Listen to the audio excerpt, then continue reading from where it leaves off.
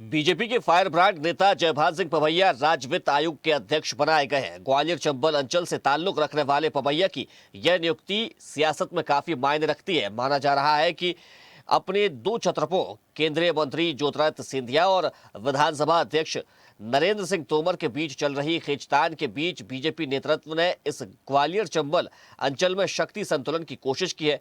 क्या है पवैया की नियुक्ति के मायने, देखते इस रिपोर्ट में।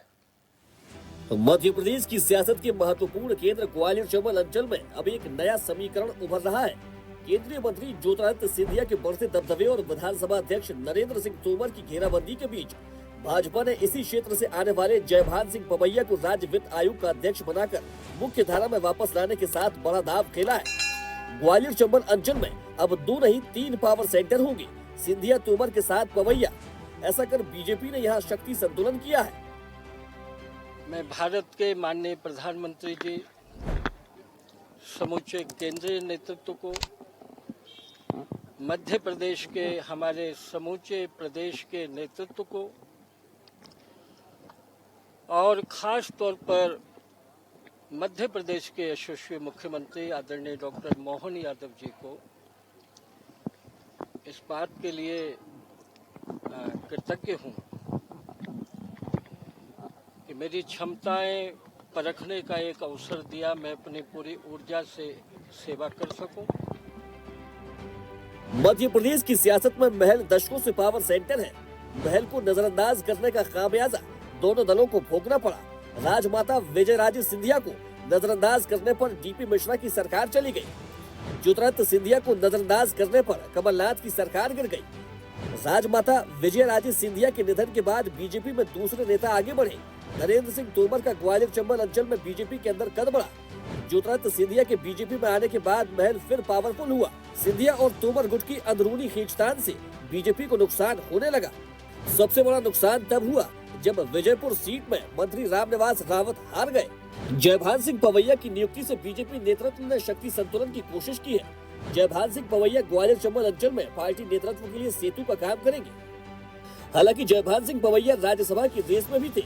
माना जा रहा है कि वित्त आयोग के अध्यक्ष का जिम्मा मिलने के बाद जयभान सिंह पवैया राज्यसभा की रेस से बाहर हो गए हैं। बीजेपी का यह कदम संकेत देता है कि संगठन उन्हें दिल्ली भेजने के बजाय प्रदेश की मैदानी राजनीति में अधिक सक्रिय रखना चाहता है। उनकी जमीनी पकड़ और कार्यकर्ताओं के बीच लोकप्रियता का उपयोग पार्टी को मजबूत करने के लिए किया जा सकता है। जयभान सिंह पवैया ग्वालियर चंबल में सीएम के सेतु बन सकते हैं। पवैया और सीएम दोनों अखिल भारतीय विद्यार्थी परिषद और आरएसएस की पृष्ठभूमि से हैं। पवैया और सीएम के बीच एक गहरा वैचारिक और पुराना समन्वय है। सीएम डॉक्टर मोहन यादव पवैया की प्रशासनिक और राजनीतिक क्षमता का उपयोग कर सकते हैं।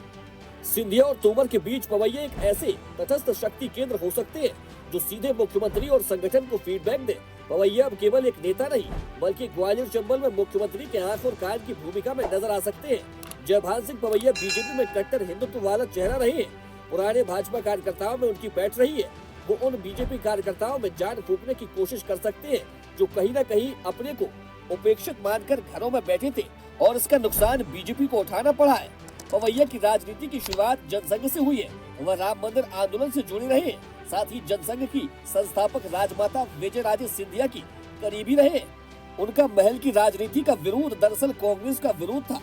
अब जब महल के राजनीतिक वारिस ज्योतिरादित्य सिंधिया खुद ग्वालियर चंबल अंचल में बीजेपी के एक बड़े आधार है, पवैया सिंधिया और नरेंद्र सिंह तोमर के बीच भी सेतु बन सकते हैं।